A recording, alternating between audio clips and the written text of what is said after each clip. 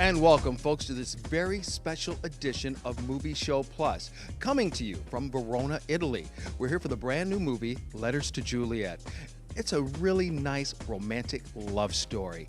You're going to like it, and it's also going to make you think about, whatever happened to the one who maybe got away? Right now, let's find out more about the movie. It just kind of reminded me of, how like all of us as we grew up, you always had this one person who you liked or whatever. And then just as you get older, you just kind of wonder. Because I keep getting hit by these people now on Facebook. That's what's crazy. I'm reconnected with my first boyfriend, who I was with when I was in 4th grade. And he lives in my neighborhood in Los Angeles. And I'm just like, I've always wondered about you, and here you are.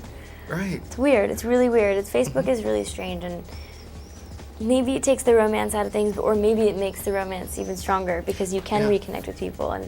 And technology is a curse, but it is also a blessing. So I just think it's amazing because this movie feels like if Romeo and Juliet would have stayed away from each other and lived, and they would have still found each other 50 years later. Yeah, like you said, just go off, do your thing, and because it is. I mean, it's that's the thing that you really have to like about this movie. I mean, it's just that fire just continues no matter how much time goes by. And just to look at everybody smiling and everything at the end, and then even your character starts out with certain things going on, and then something else just continues to move her. Yeah. You gotta find your connection with somebody. You gotta find someone that understands you in a pretty deep way. That's for sure. Well, like I said, enjoyed very much, and it's a great movie for guys and girls. So, all the guys out there Mostly girls, though. Yeah, but there were a couple of guys who were sitting in there with us. You could even hear them just, Oh, good. near the end. God. Yes. It's when Franco comes in on that horse. Oh yeah, I gotta buy a horse. Yeah. That would be good. Everybody's sexy around a horse. Or with a guitar. Or with a guitar on a horse. I'm gonna get a guitar and a horse. You should. All right. It's my love advice for you. All right. Matt, good to see you. Yeah, good to see you too. And what a great place to be.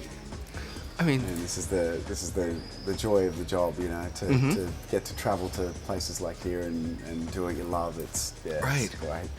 Yeah, I mean, Verona, Italy, beautiful place, and a beautiful setting, of course, for the movie too. Well, that's really, I mean, the history too, and the story of Romeo and Juliet, and being here in Verona, and learning how much the history too is really entrenched in Verona, and being such a vital character in our story. So, we definitely felt like we were on a road trip with our characters, and we got to shoot in order, and every step of the way we were staying at those locations. So it wasn't hard to get into the mood and the scenery.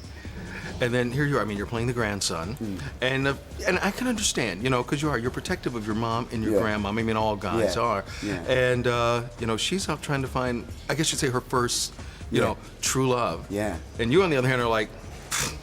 Yeah, to Charlie, it's like, it's a foreign thing, and I really responded to his protective feelings for his grandmother, but I think that's nice that seeing what Sophie does to his grandmother, and really that changes his, really opens him up and takes him on that journey. I think it reminds you when you go to the Juliet place, you see these letters that have been written, and how many people flock to write. Right. And like you said, I was amazed when I saw that wall, because I mean, when you see it in the movie, you're thinking almost like, okay, this is, for the movie. No, they're like you said, they're all over the place. It's real. Yeah, millions of people, and to think that this story, Romeo and Juliet, has had such an influence on people. People would come to see Juliet. Right. Right. So long ago. Well, that also means then people are going to make tracks to come see this movie too. I mean, like I said, it was fun, and they may say, "Oh, it's a chick flick," but no, it's for guys and girls. I think it has something for everyone. A lovely movie. I guess that'd be the best way to put it. Yeah, to watch it where, you see it, because I think all of us, especially the older we get, you start thinking about people who you may have had a crush on, back in the day, and it's like, I wonder whatever happened to that. Yeah, I think maybe, this is gonna be interesting for people that actually succumbed to a decision in life that maybe wasn't the thing they wanted. Right. and because that happens. Oh, for sure. And there might be relationships that last 30 years, and and they are not meant to be, you know. And so when people see this, they would go like, "Where's that guy? You know, Right. where's that girl? And where's, you know?" So maybe it'll happen, and at least I think there'll be like 5 people in the world that see this movie and go like, "Okay, I'm gonna call, find, see where this person is." Welcome back to Movie Show Plus. Greg Russell here, tooling around Verona, Italy, where we're in town for the brand new movie Letters to Juliet. Now we're going to take you back across the ocean to Michigan, where we caught up with a rising star, Jordan Trevelyan. She's a young actress who's been doing a lot of acting roles in many of the movies that have been shot in the state.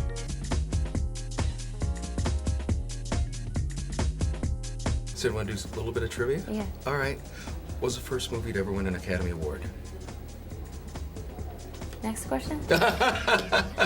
Let's see. What was it? It was Wings. A movie called Oh Wings. my God! And it was- I'm an idiot. It's a love story that I did a clip with Robert Pattinson 2 Oscars ago, Oh, gee. and I said it, right. and I'm like Wings, and we were talking about all these. We were doing a clip of all these romantic stories, and I'm an idiot for not remembering that. The worst. I said that the first thing to ever win. Okay. And that was just the first question that popped into my mind. That's amazing. What's the next question? Next question. Let's see. Okay, the Beatles first appeared on what TV show in 1964?